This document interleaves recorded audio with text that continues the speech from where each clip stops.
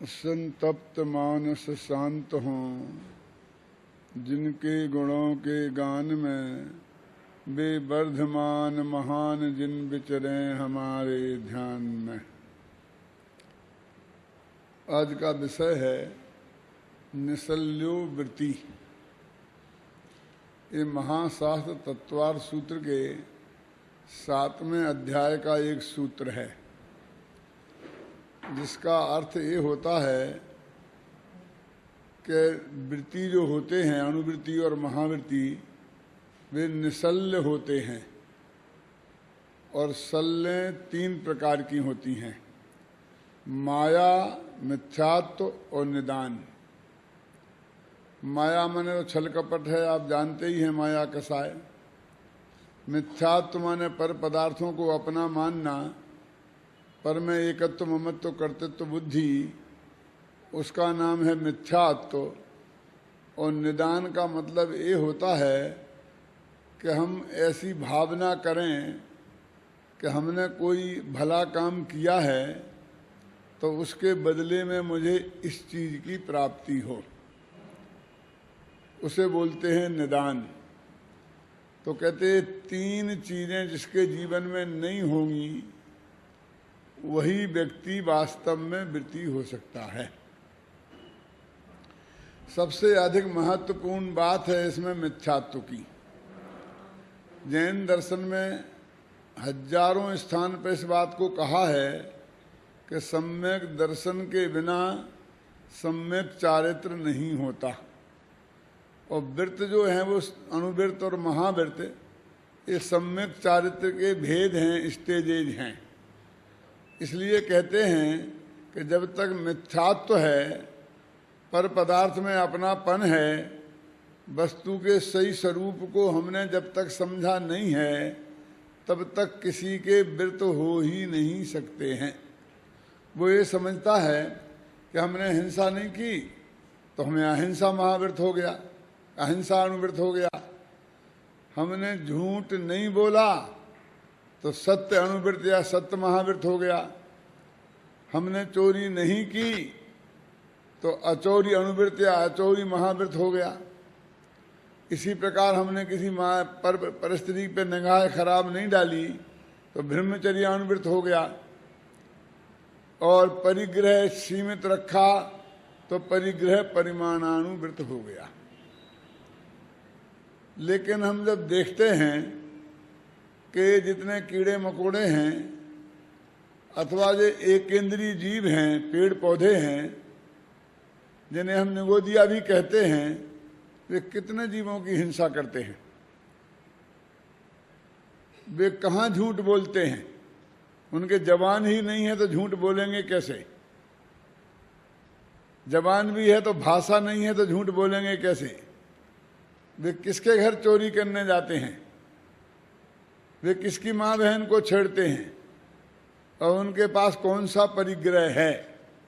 यदि इन्हीं पापों के त्याग का नाम वास्तव में अनुवृत्त और महावृत्त होता तो ये 5 पाप तो उनके जीवन में देखने में भी नहीं आते। पशु पक्षियों के जीवन में भी देखने में नहीं आते। तो क्या हम उन्हें अनुवृत्ति और महावृत्ति मान लें? क्योंकि जब तक उन्हें सम्यक दर्शन की प्राप्ति नहीं हुई तब तक वे कितने ही बाही में पापों का त्याग करें तो उनके जीवन को हम वृत्ति जीवन नहीं मान सकते हैं। जब तक सही स्वरूप वस्तु का हमारे ख्याल में नहीं आएगा तो हम इन 5 पापों को अपने जीवन में वास्तव में देखें तो छोड़ भी नहीं सकते। हमारी वृत्तियां तो कैसी हैं, जरा थोड़ी हम उसकी जांच करके देखते हैं। एक व्यक्ति ने किसी दूसरे व्यक्ति के पास एक सुंदरतम हीरे की घड़ी देखी और घड़ी देख करके मन ललचा गया। उसने पूछा तो कि 1 लाख रुपए की ये घड़ी मिलेगी। वो कभी सोच भी नहीं सकता था कि 1 लाख रुपए की घड़ी मैं इस मनुष्य जीवन में कभी प्राप्त कर पाऊंगा, लेकिन तमन्ना बहुत थी। अभी उसे कहीं वो घड़ी पड़ी मिल गई अथवा उसने किसी की घड़ी चुरा ली तो उसे बहुत खुशी हुई कि ये घड़ी जो मैं चाहता था वो मुझे मिल गई और रुपए खर्च भी नहीं हुए। लेकिन एक चिंता उसके माथे पे थी कि एक घड़ी जो मैंने चुराई है इसकी चोरी का पाप मुझे लगा है, किसी तरकीब से उस पाप को मुझे धो डालना है। तो त्यागी वृत्तियों के पास, साधु संतों के पास, विद्वानों के पास गया और उसने अपनी बात बताई कि भाई ऐसी ऐसी बात थी, एक घड़ी मुझे बहुत पसंद थी, मुझे मिली नहीं लेकिन मैंने इसे चुरा ली है, मुझे चोरी का जो पाप लगा है वो पाप धोना है, तो आप कोई ना कोई रास्ता बताइए। जो सच्चे संत थे, जो सच्चे विद्वान थे, तो उन्होंने कहा सुनो भाई, ऐसा करो कि तुम ये जिस आदमी की घड़ी है पहले घड़ी वापस करके आओ और उससे माफी मांगो, फिर मैं तुम्हें बताऊंगा कि जो घड़ी के चुराने से जो तुम्हें पाप लगा है वो पाप कैसे धुलेगा। बोले घड़ी तो वापस मैं किसी कीमत पे नहीं दूंगा, वो तो मुझे बहुत मुश्किल से मिली है, आप तो ऐसा कोई रास्ता बताओ कि जिससे घड़ी मेरे को पच जाए, मेरे ही पास रह जाए और वो पाप धुल जाए। उन संत ने कहा, उन विद्वान ने कहा कि ऐसा कोई रास्ता हमारे पास नहीं है। ख्याल में है ना। तो दूसरे के पास गया, तीसरे के पास गया, लेकिन जो सच्चे थे उनने कहा कि चोरी का माल तेरे को पच जाए और चोरी के पाप से तुम बच जाए, ये संभव नहीं है। और बेटा तुम्हें अभी मालूम नहीं है कि कितना पाप लगा है। तुम यह समझते हो कि जब मैंने ये घड़ी चुराई थी तब पाप लगा था, और जो भी लगा हो, 500 ग्राम लगा हो, 1 किलो लगा हो, कोई किलो में नहीं लगता है पाप, फिर भी अपन समझ लें। लेकिन बेटा जब से तुम्हारे पास है अभी तक, तुम्हारे पास रहने के और देख देख के तुम्हें आनंद आ रहा है, ये जानते हो चौरियानंद नाम का आर्त ध्यान है, तो तुम्हें निरंतर पाप लग रहा है। क्या यानी मान ले कि 1 बरस हो गया उस घड़ी को हमारे पास रहते, तो तुम समझते हो कि जब हमने चुराई थी तब पाप लगा था, बस 2 मिनट के लिए। लेकिन जब से लेके अभी तक 1 सेकंड भी पाप लगना बंद नहीं हुआ, कंटिन्यूशन में पाप लग रहा है। बोलो सच, छाती पे हाथ रखकर, शैलेश भाई ये बात आप पहले सोचते थे क्या? तो सोचो ये बात है, कितना पाप लग रहा है आपको पता ही नहीं है। तो अब घबराया वो आदमी, इतना पाप लग रहा है तो मैं ये घड़ी वापस कर दूं, और जब तक तुम्हारे पास रहेगी तब तक ये पाप लगता रहेगा। कि सब चोरी तो मैंने तभी की थी, अभी तो नहीं की है ना, अभी क्यों चोरी का पाप? कि चोरी दूसरे की वस्तु को चुराना ही चोरी नहीं है, चोरी का माल रखना भी चोरी है कि नहीं? 2 साल बाद वो माल तुम्हारे पास पकड़ा जाएगा तो चोरी के अपराध में तुम पकड़े जाओगे कि नहीं? क्यों? और दूसरे परिग्रह भी तो एक पाप ही है ना। वो चोरी वाले पाप को एक तरफ रखो तो ये परिग्रह नाम का भी पाप लग रहा है। क्यों? तो चोरी का जो माल आता है उससे जो परिग्रह होता है उससे ही पाप लगता है क्या? और न्याय की कमाई से जो परिग्रह इकट्ठा हो वो क्या है बोलो? वो भी पाप ही है, अपने शास्त्र में उसे पाप ही लिखा है। तो अध्यात्म स्टडी सर्किल ने जो इतनी मेहनत करी ना 20-22 साल, उसमें इतनी बात तो हमारी समझ में आने लग गई है कि जब पुण्य के उदय से कमाई हुई हो और चाहे पाप की वजह से हुई हो, लेकिन जो पैसा है वो तो परिग्रह नाम का पाप ही है। तो वो भी पाप लग रहा है ना, फिर वो हमारे पास है तो ये तो बहुत महंगा सौदा है कि जब से वो घड़ी आई तब से पाप निरंतर लग रहा है, तो मैं घड़ी वापस देने को तैयार हो गया। अब मैं घड़ी वापस दे दूंगा तो जितना पाप अभी तक लगा है वो सारा पाप धुल जाएगा ना कि नहीं? आपने तो कहा था कि तू घड़ी वापस दे के आ, माफी मांग के आ, कि हमने सही कहा था। ये भी तो कहा था कि उसके बाद हम बताएंगे कि उस पाप को धोने का तरीका क्या है। तो फिर मुझे घड़ी वापस देने का क्या फायदा हुआ? फिर मैं घड़ी वापस दूं ही क्यों? क्योंकि घड़ी वापस करने के बावजूद भी वो पाप यदि नहीं धुला, क्यों, तो मैं तो किस तरह अपने मन को समझाकर उस घड़ी को वापस करने के लिए तैयार किया था। तो बोले भाई साहब, अब जो तू घड़ी वापस कर देगा उसका लाभ कोई दूसरा है। कि क्या है? कि अब आज से वो पाप लगना बंद हो जाएगा। वापस करने से क्या होगा कि भविष्य में जो पाप लगता, नहीं वापस करता तो अभी भी चालू रहता।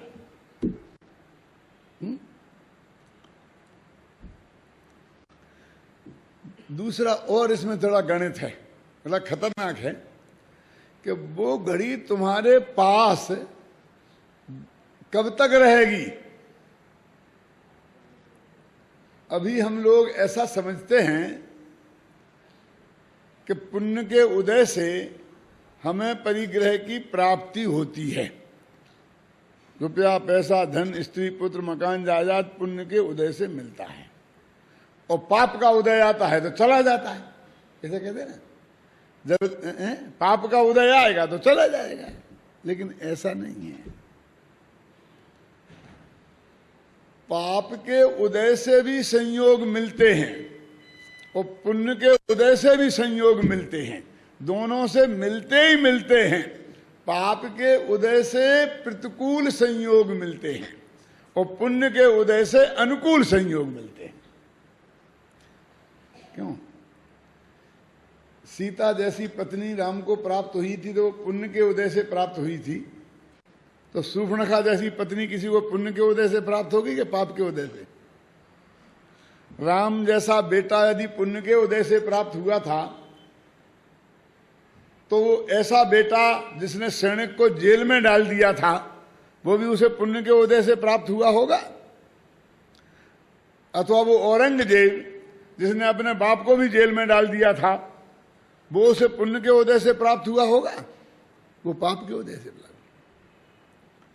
जो रुपये पैसे की सामग्री हमको सुख सुविधा प्रदान करे वो तो पुण्य के उदय से प्राप्त हुई, और जो ये रुपये पैसे की सामग्री हमें हर्षद मेहता जैसी जेल में पहुंचा दे वो भी पुण्य के उदय से मिली होगी कि पाप के उदय से? बोलो,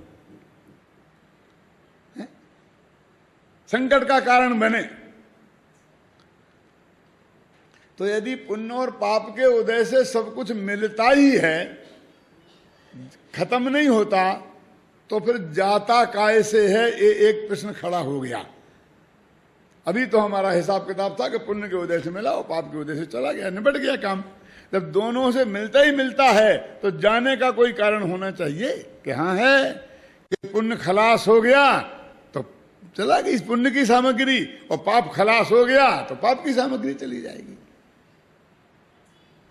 कहा ना, जब तक तेरे पुण्य का बीता नहीं करार तब तक तेरे माफ हैं, अवगुण करो हजार। तो उसमें जो वो तेरे पास घड़ी रह रही है वो तेरे रखने से नहीं रह रही है। जब तक तेरे पुण्य का उदय है तो वो रह रही है। उसका एग्रीमेंट उस पुण्य के उदय के साथ है, तेरे साथ नहीं है। और जिस दिन वो खलास होगा वो चली जाएगी।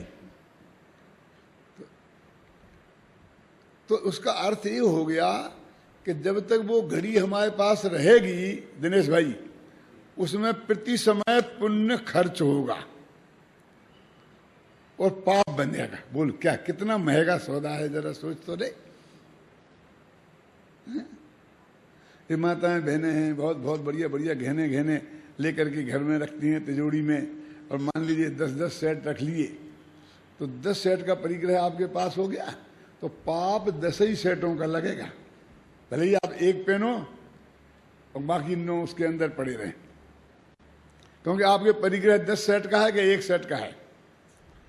और 1 सेट भी कौन सा, वो नकली वाला पहनते हैं, क्योंकि आजकल चोरी चपोरी बहुत होने लग गई ना।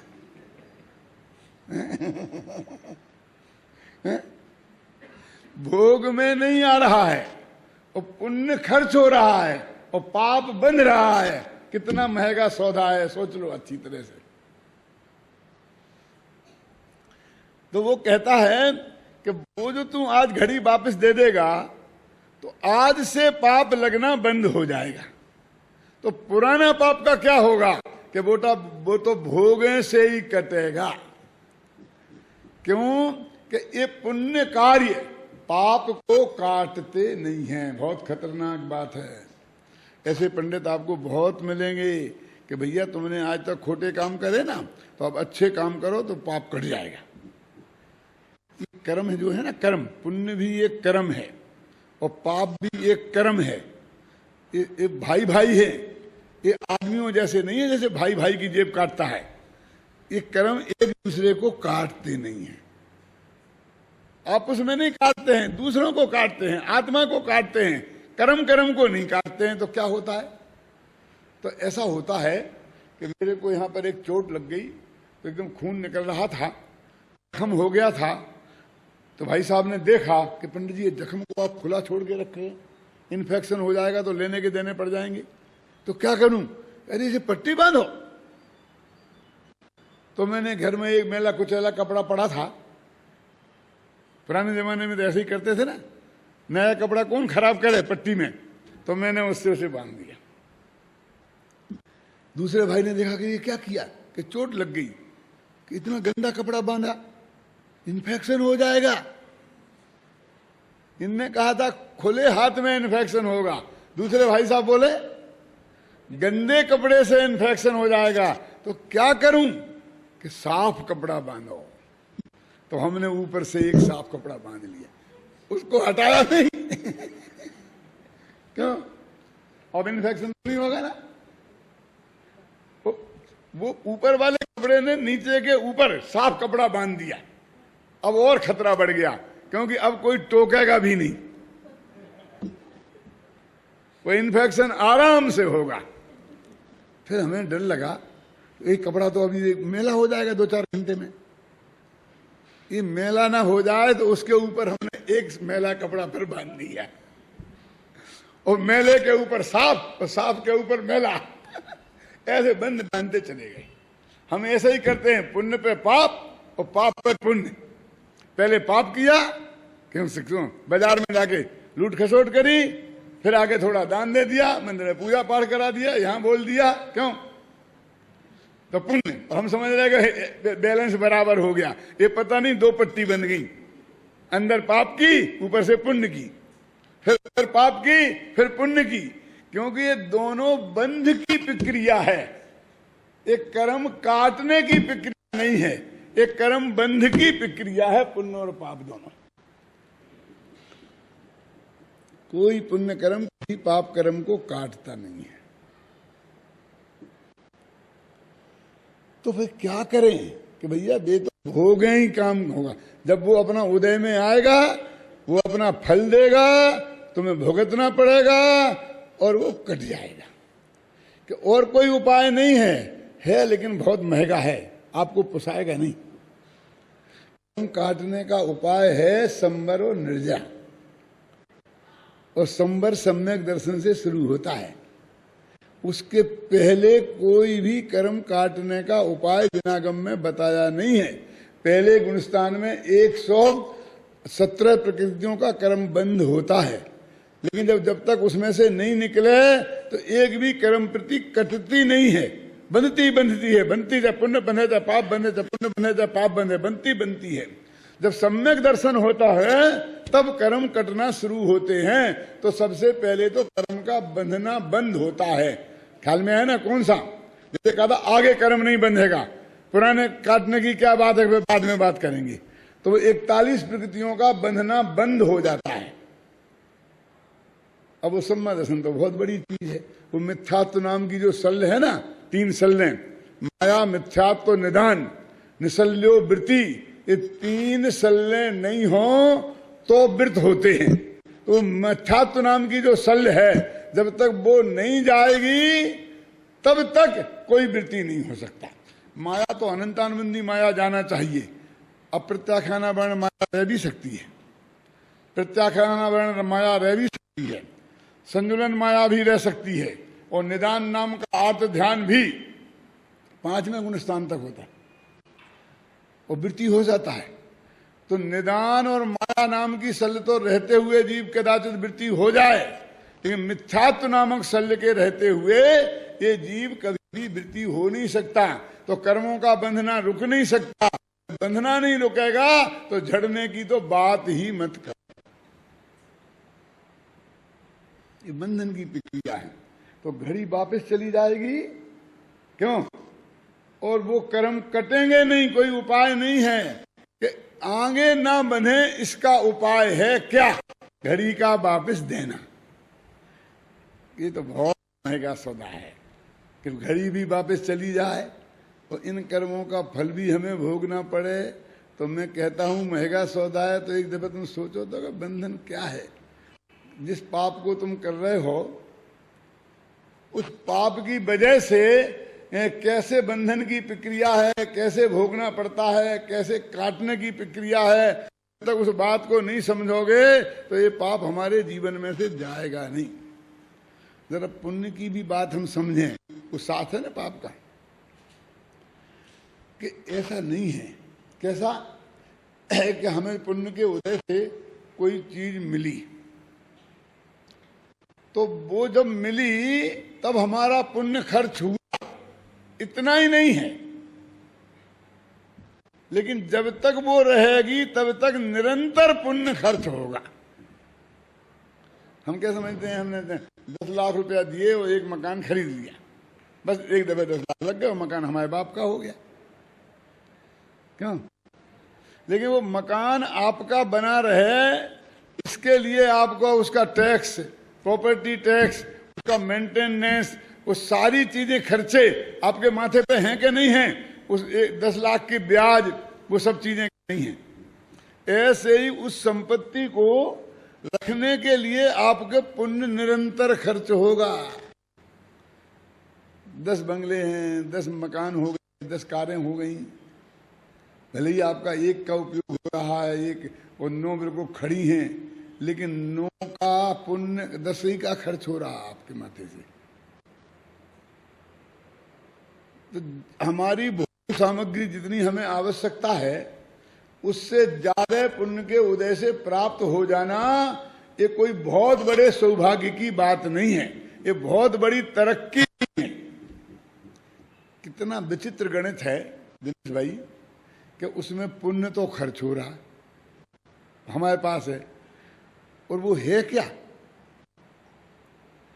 जो 10 मकान हमारे पास रहेंगे, 10 कारें हमारे पास रहेंगी, तो उसका एक नाम क्या है जैन धर्म में? परिग्रह। और परिग्रह तो पाप है। खर्च हो रहा है पुण्य और हैं हम पाप के मालिक।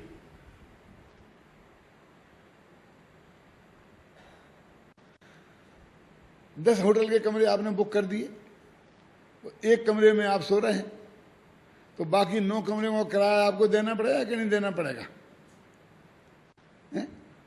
तो ऐसे पुण्य निरंतर खर्च होता है। तो अब ये कहें कि ये बेकार हो रहा है। जब मैंने ये बात समझाई देवलाली में, दिनेश भाई तो हमारे मोटानी जी हैं, मेरे मित्र हैं, आपके पड़ोस में रहते हैं, तो बोले ये बहुत खतरनाक काम है। अभी तो मैं ऐसा करूंगा कि जो सब फालतू चीजें हैं जो काम में नहीं आती हैं तो सब निकाल दूंगा। क्यों? तो कम से कम मेरा पुण्य तो बच जाएगा जो उसमें खर्च हो रहा है, उससे पाप तो नहीं लगेगा। क्यों? तरकीब तो अच्छी है ना, आप भी सोच सकती हैं ना इस मामले में।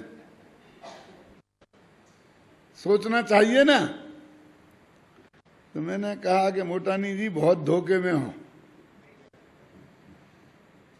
कुछ बचने वाला नहीं है, क्योंकि पुण्य का जिस समय जैसा उदय है उसके अनुकूल संयोग मिलेंगे ही।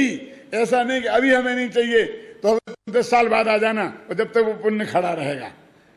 ये कोई ऐसे नहीं है दशरथ राजा के वचन कि कैकेयी को दिया कि जो तो चाहे सो मांग ले, के 2 वरदान दिए कि हुजूर अभी इस खजाने में रखे जाएं, जब जरूरत होगी तब मांग लूंगी। इसे खजाने में नहीं रहता वो पुण्य, वो तो उसका जो काल है ना, अब वो उदय में आएगा है? तो वो नियम से वो संयोग मिलेंगे, वो 10 बंगले मिलेंगे ही।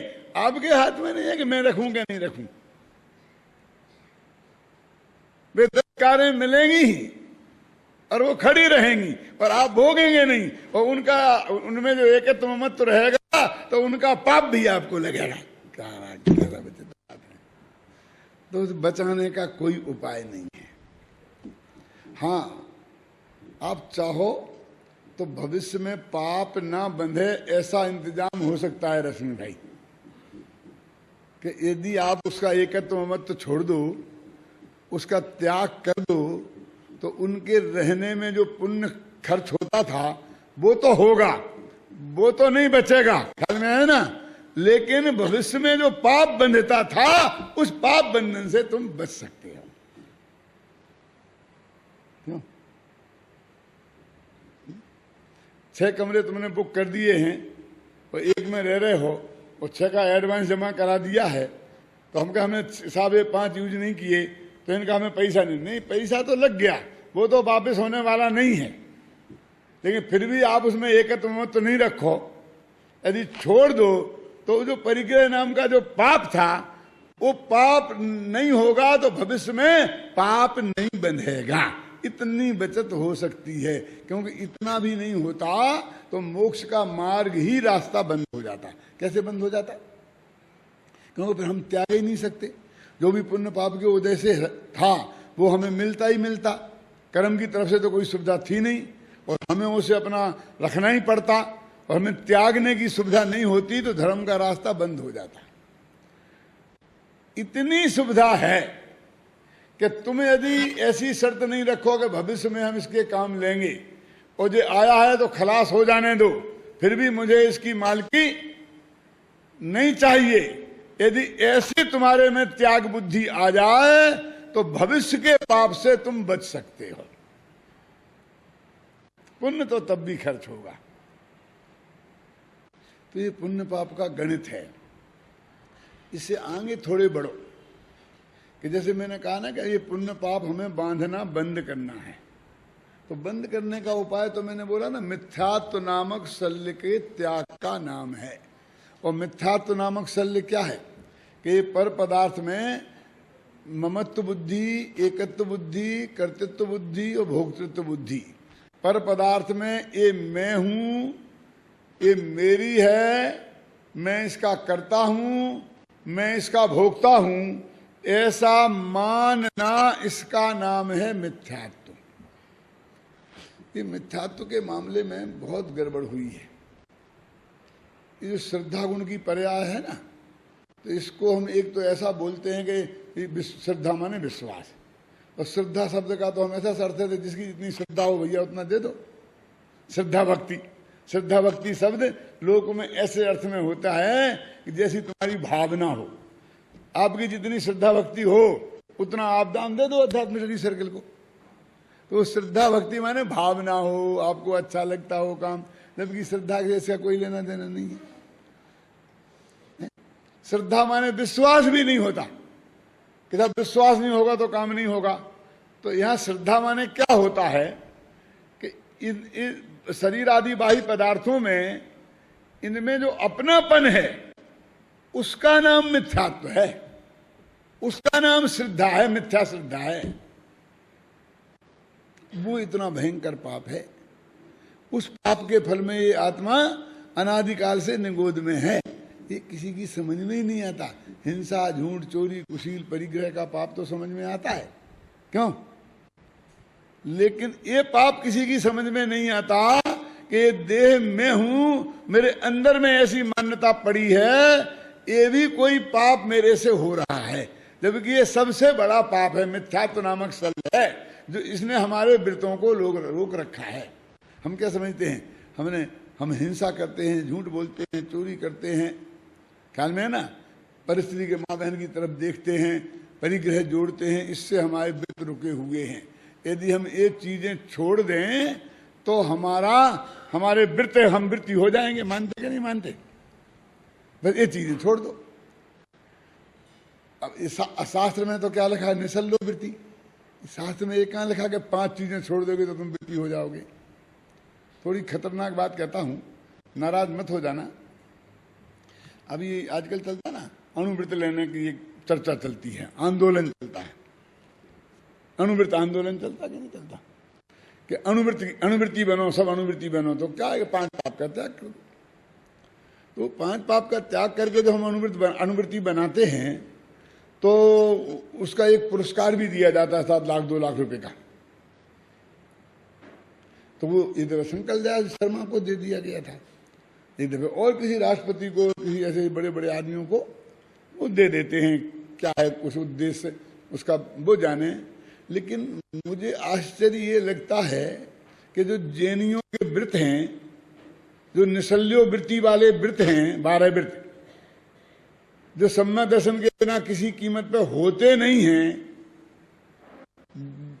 उसका सर्वश्रेष्ठ व्यक्ति एक घृत मिथ्या दृष्टि जीत ले गया उस पुरस्कार को। समझ में आई ना बात में क्या कहना चाह रहा है ना? खतरनाक बात, शायद आपको अच्छी नहीं लगे बहुत लोगों को।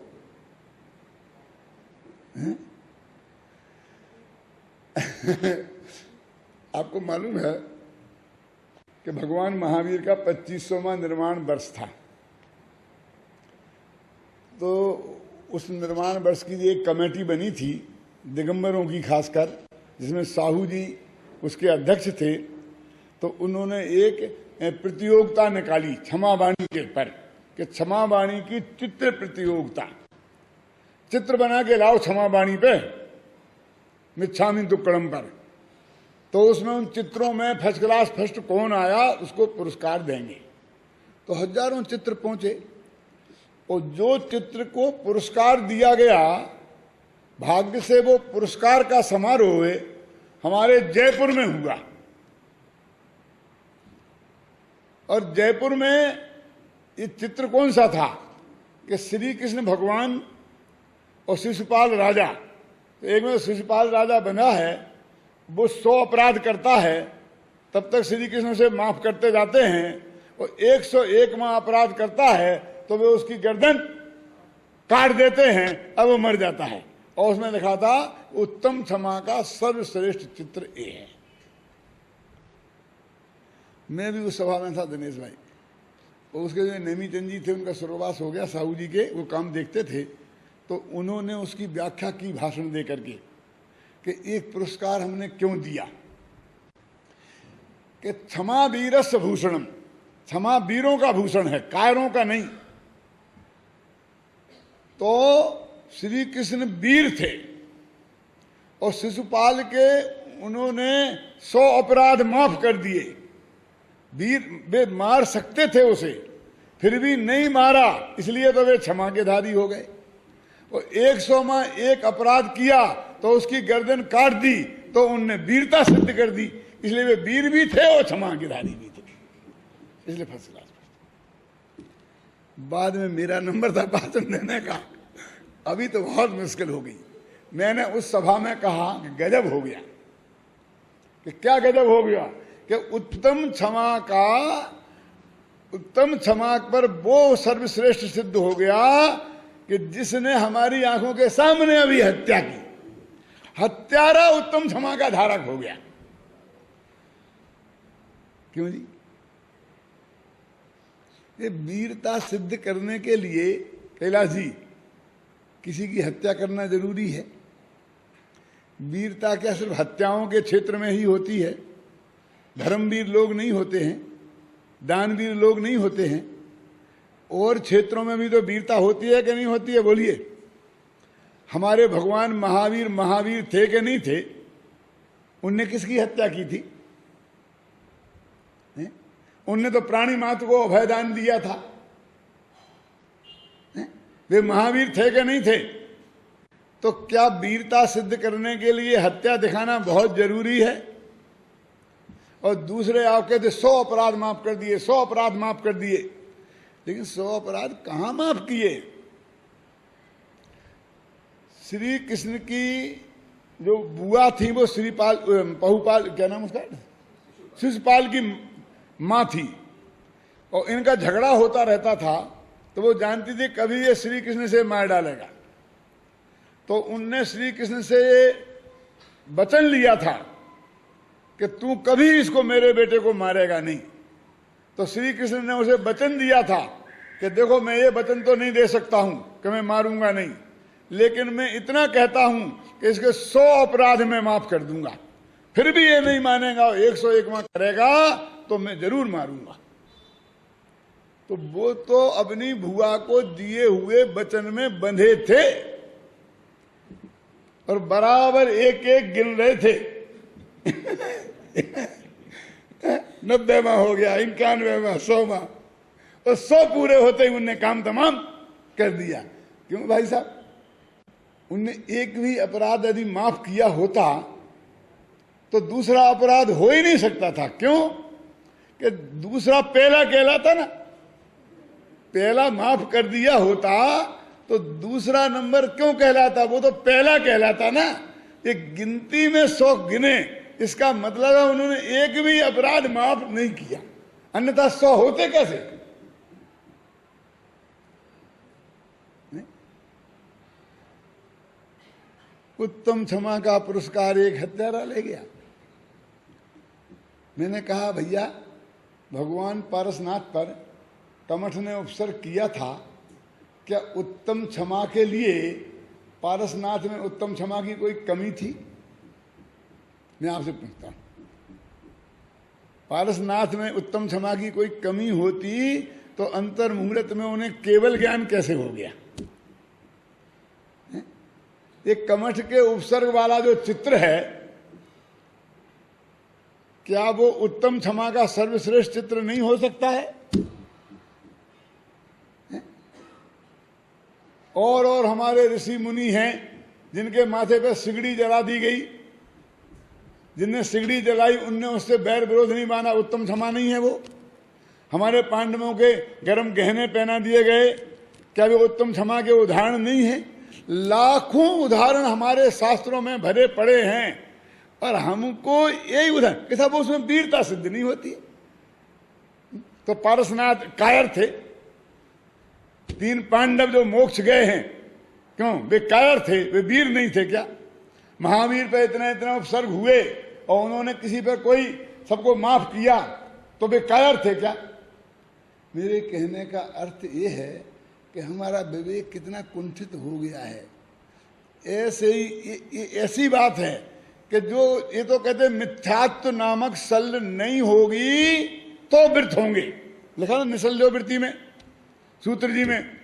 और ये जो गीत मिथ्या दृष्टि है, गीत मिथ्या दृष्टि का अंतर तो जानते होंगे ना, मैं ज्यादा इसको खोलना नहीं चाहता।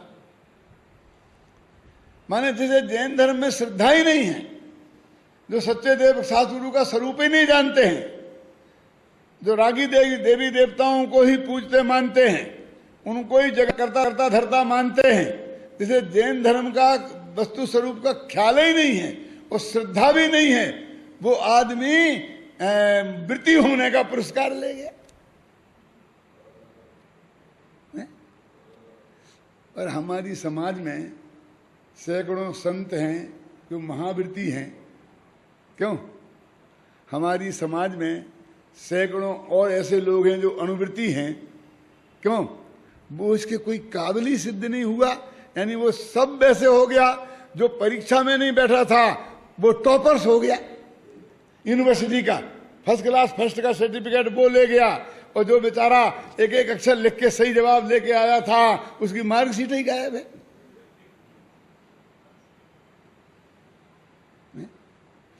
भाई साहब, बातें बहुत ऐसी हैं कि जब कहते हैं तो कहीं ना कहीं जाके चोट लगती है।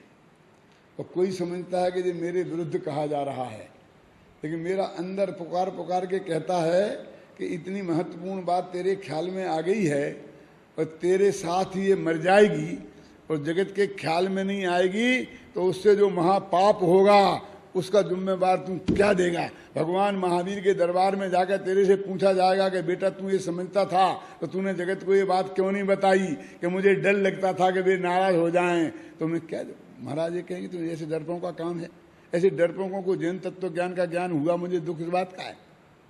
इसलिए मैं अपनी बात को अत्यंत विनम्र शब्दों में आपके सामने रखता हूं।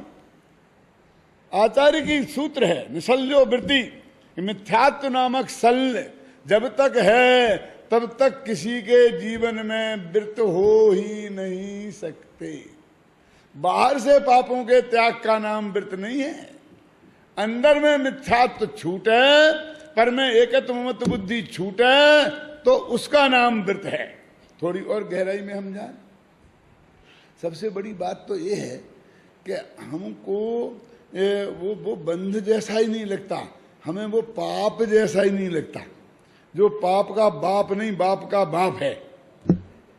क्योंकि पाप का बाप तो अपन लोभ को कहते हैं। मैंने अपने बालबोध पाठमाला भाग 2 में इसे लिखा है कि मिथ्यात्व क्या है, तो लिखा पाप के बाप का बाप है। क्यों कि उसके बस होकर ये जीव घोर पाप करता है। अपने एक पंक्ति आती है आलोचना पाठ में, विपरीत एकांत बेनय के संशय आज्ञान कुनय के बसे होए घोर अघे कीने बचते नहीं जाते कहीं ने।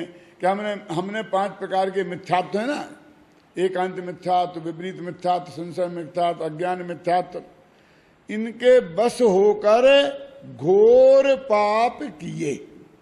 तो घोर पाप मिथ्यात्व के बस होते हैं, इसलिए वो महाभयंकर पाप है।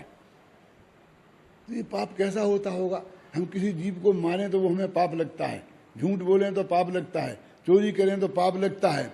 अब ये क्या कि अंदर ही अंदर अपने मन में सिर्फ हमने ये मान लिया कि ये देह में हूं, अब ये सबसे बड़ा पाप है। कैसे समझ में आया इस दुनिया की? क्या गलती हुई हमसे? क्या गलती हुई? हमने कोई गलती की ही नहीं। फोटो खींच लो भैया, क्या करें, इस पाप की फोटो नहीं खींचती है।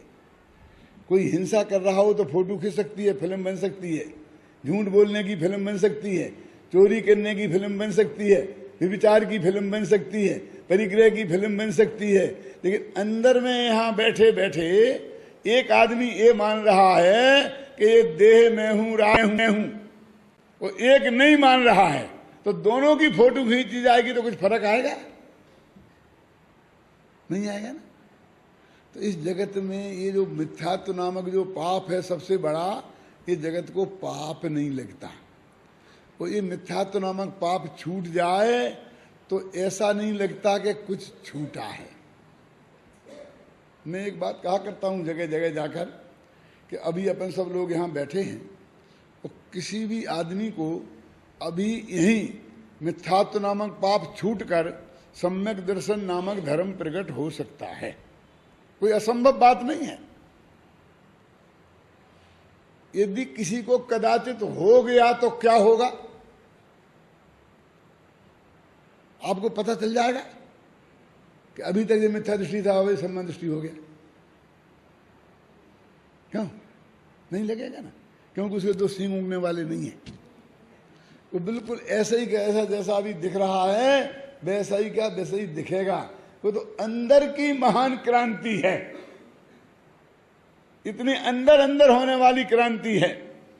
और आप जानते हैं कि इतना होने से कितना फर्क पड़ेगा कर्म के बंधन में, पाप बंध में और पुण्य बंध में। कि जो 117 प्रकृतियां पहले गुणस्थान में बनती थी, उनमें से 41 प्रकृतियां या 44 प्रकृतियां बंधना बंद हो जाएंगी। और वे 44 प्रकृतियां मालूम कौन कौन सी हैं? उनमें एक एक प्रकृति इतनी खतरनाक है, एक तरफ रखो एक और एक तरफ रखो 147, तो उसके सामने वे 47 पासंग के बराबर भी नहीं है। मिथ्यात्व अनंतानबंदी क्रोध, अनंतानबंदी मान, अनंतानबंदी माया, अनंतानबंदी लोभ, नरक गति नरक गत्यानुपूर्वी, नरक आयु, तिरंज गति तिरंज गत्यानुपूर्वी, तिरंज आयु, ये ऐसी ऐसी खतरनाक प्रकृतियां हैं। ये सब इतना सा पर में अपनापन छूटकर अपने में अपनापन आते ही इनका बंधना बंद हो जाता है।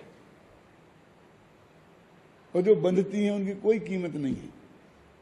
और जो अच्छी प्रकृतियां हैं कौन? तीर्थंकर प्रकृति, आहारक शरीर, आहारक अंगोपांग, ये तीन प्रकृतियां जो अभी तक नहीं बंधती हैं, चौथे गुणस्थान में बंधना शुरू हो जाती हैं। अच्छी बंधना शुरू हो जाती हैं और बुरी बंधना बंद हो जाती है। बोलो, इतने से में इतनी बड़ी क्रांति होती है। अब जरा और थोड़ा आगे चलता हूं कि वो प्रकृतियां बंधना बंद हो जाती हैं और तत्वा सूत्र में ही लिखा है सम्यक दृष्टि श्रावक वृत्तानंत वियोजक कि उस सम्यक दृष्टि के प्रति समय असंख्यात गुणी निर्जरा होती है। ये असंख्यात गुणी निर्जरा क्या कि ये जो कर्म झरे ना, तो अभी जितने झरे अगले समय में उससे असंख्यात गुणी झरेंगी, अभी जितने झरे उससे अगले समय में फिर असंख्यात, तो उसके समय में असंख्यात, ऐसे निरंतर कर्म झरते हैं। बंधना बंद हो गए, खतरनाक कर्म स्टॉक में से झड़ना शुरू हो गए। 1 मिनट के आत्मा का अनुभव हुआ, अपने आत्मा में अनुभव आया और इतनी क्रिया कर्म बंधन की बदल जाती है। वे सारे पाप बंधना बंद हो गए, पुण्य बंधना शुरू हो गया। और पुराने जो स्टॉक में कर्म थे ना, वो पूछ रहा था ना कि मैंने वह घड़ी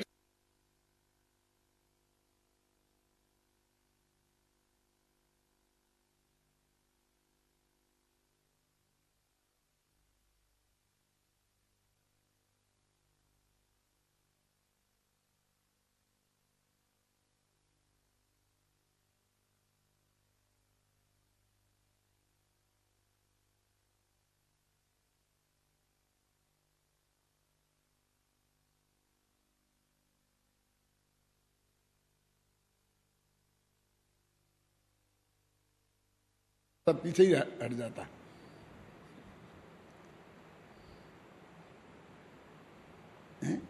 असंख्यात गुणी नजर निरंतर निरंतर निरंतर निरंतर उसके हो रही है, ख्याल में ना। और वो पुराने कर्म बंधना बंद हो गए हैं। अब वो सम्यक दृष्टि जो जीव है, वो 96,000 पत्नियों का पति भरत चक्रवर्ती जैसा भी हो सकता है। जो 60,000 वर्ष तक लड़ाई लड़ने के लिए निकल गया, वो भी हो सकता है। तो जब वो शत्रु पर बाण चला रहा है, तब भी उसकी उतनी निर्जरा हो रही है। शास्त्र में लिखा है, जाके पूछ लेना दिगंबर श्वेतांबरों सबसे, कोई चक्कर नहीं है। चैलेंज से कहता हूं, डंके की चोट। 8 वर्ष की उम्र से लेकर अब भी मैं 69 वर्ष का हो गया। आप बताओ मत बताओ, मैं तो बताऊंगा। बता ही नहीं रहे मुझे दिनेश भाई की इनकी उम्र कितनी है। क्यों? मैंने दूसरा कुछ काम किया ही नहीं है, यही पढ़ा है, इसलिए चैलेंज से बोलता हूं। वो युद्ध के काल में भी वो निर्जरा चालू है और कर्म का बंधना बंद है।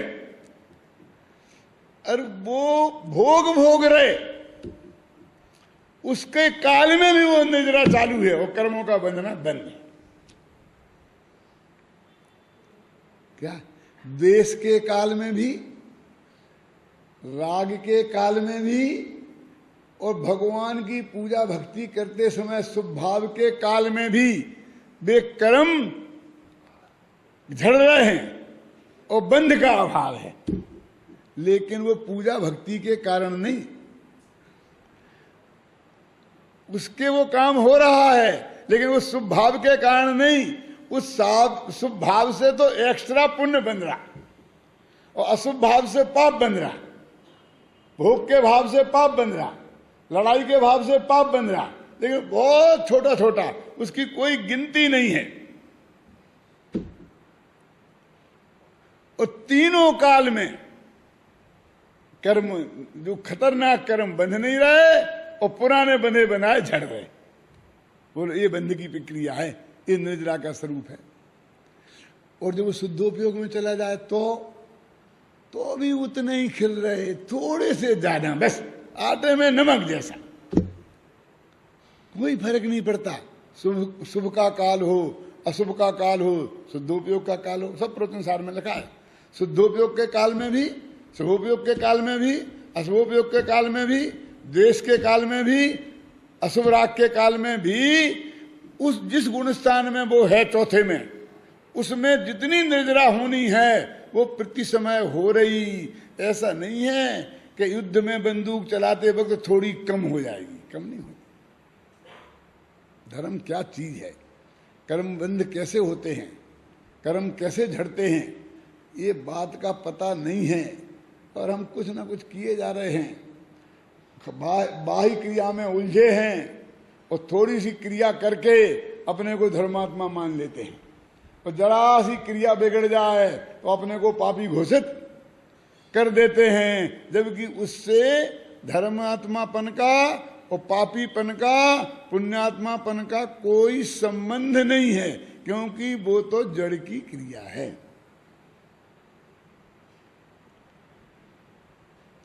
तो भाई एक दफे तुम कर्म के बंधने की प्रक्रिया क्या है, कर्म के कटने की प्रक्रिया क्या है, पाप के बंधने की प्रक्रिया क्या है, पाप के कटने की प्रक्रिया क्या है, ये नहीं समझेगा तब तक बाहर से कितना ही कुछ कर ले, अंतर में कुछ भी फर्क पड़ने वाला नहीं है। इसलिए कहते हैं कि यदि तुझे वृत्ति बनना है तो सबसे पहले मिथ्यात्व नामक शल्य को त्याग करने की कोशिश कर। अच्छा साहब, मैं मिथ्यात्व नामक शल्य को त्याग कर दूंगा, फिर वो माया नाम की शल्य छोड़नी पड़ेगी कि नहीं? और वो निदान नाम की शल्य छोड़नी पड़ेगी कि नहीं? कि घबरा मत, सब काम हो जाएगा, कि मुझे करना पड़ेगा, तेरे को कुछ नहीं करना पड़ेगा। क्यों? अमेरिका का मार्केटिंग का एक तरीका है, बाय वन गेट फ्री। एक चीज खरीदो तो एक चीज फ्री में मिलेगी। क्यों? तो तुम मिथ्यात्व नामक शल्य को त्यागो तो अनंतानुबंधी माया नामक शल्य अपने आप चली जाएगी। उसके लिए एक्स्ट्रा कोई प्रयत्न तेरे को नहीं करना पड़ेगा। क्यों? क्योंकि ये नियम है कि अनंतानुबंधी कसाय और मिथ्यात्व एक साथ ही जाते हैं। जो सम्यक दर्शन का पुरुषार्थ है, उसी पुरुषार्थ से मिथ्यात्व जाएगा और उसी पुरुषार्थ से अनंतानुबंधी माया, अनंतानुबंधी क्रोध, अनंतानुबंधी मान, अनंतानुबंधी लोभ, ये सब उसी पुरुषार्थ से जाएंगे।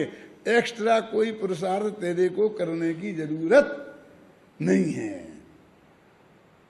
तो वो सम्यक दर्शन तो हमें जरूर करना है। वो कैसे होता होगा, कितने दंड लगाने पड़ेंगे, कितनी बैठकें लगानी पड़ेंगी, आपकी अध्यात्म रिसर्च को कितना डोनेशन देना पड़ेगा? क्यों है कोई कि कुछ नहीं करना पड़ेगा।